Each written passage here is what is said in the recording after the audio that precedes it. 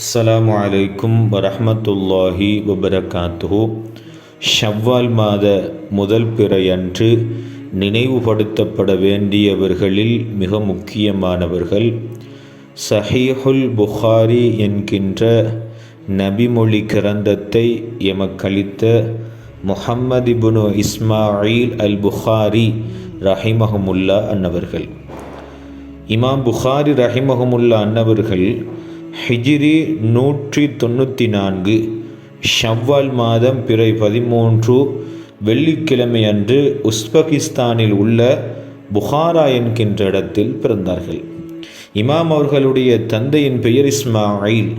இவர்களும் ஹதீஸு துறையோடு சம்பந்தப்பட்ட ஒருவராகத்தான் இருந்திருக்கிறார்கள். இமாம் புகாரி ரஹிமஹுமுல்லா அன்னவர்கள் அவர்களுடைய பிரபல்யமான சஹீஹுல் புகாரி என்கின்ற கிரந்தத்தை சுமார் 16 வருடங்கள் இதற்காக வேண்டி அவர்கள் செலவு செய்திருக்கிறார்கள்.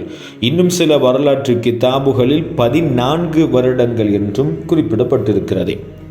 இமாம் புகாரி ரஹிமஹுமுல்லா அன்னவர்கள் தங்களுடைய சஹீஹுல் புகாரி என்கின்ற நூலில் இருக்கக்கூடிய ஒவ்வொரு ஹதீதுகளையும் மிக பொருத்தமான அமைப்பில் தலைப்பிட்டு எழுதியிருப்பார்கள். அது அனைத்து ஹதீதுகளும் சஹீஹான ஹதீதுகள் தான். அது எந்த அளவுக்கு தெரியுமா? அதனுடைய ஒவ்வொரு ஹதீதுகளையும் எழுதுவதற்கு முன்பதாக கண்மணி நாயகம் ஸல்லல்லாஹு அலைஹி வஸல்லம் மன்னவர்களை கனவில் கண்டு அந்த நபிமொழியை நாயகத்தினிடத்தில் செறிபுலை பார்ப்பார்களாம், ஒப்புதல் பார்ப்பார்களாம். நாயகம் ஸல்லல்லாஹு அலைஹி வஸல்லம் மன்னவர்கள் சரி என்று சொன்னவுடன் அதை எழுதுவார்களாம். அதற்கு முன்பதாக ஜம்சம் நீரினால் உளி செய்து கொண்டு 2 ரக்காத்துக்கள் தொழுததன் பிறகே அந்த ஹதீஸை பதிவு செய்வார்களாம். எந்த அளவுக்கு ஒரு பேணுதலின் உச்சம், நாயகத்தின் நேசம் இருந்திருக்கிறது என்பதை நாம் சிந்தித்து பார்க்க வேண்டும். இப்படி வாழ்ந்த இமாம் அவர்கள் பல கிரந்தங்கள் எழுதியிருக்கிறார்கள். அவர்களுடைய மிக பிரபல்யமான கிரந்தம்தான் சஹீஹுல் புகாரி.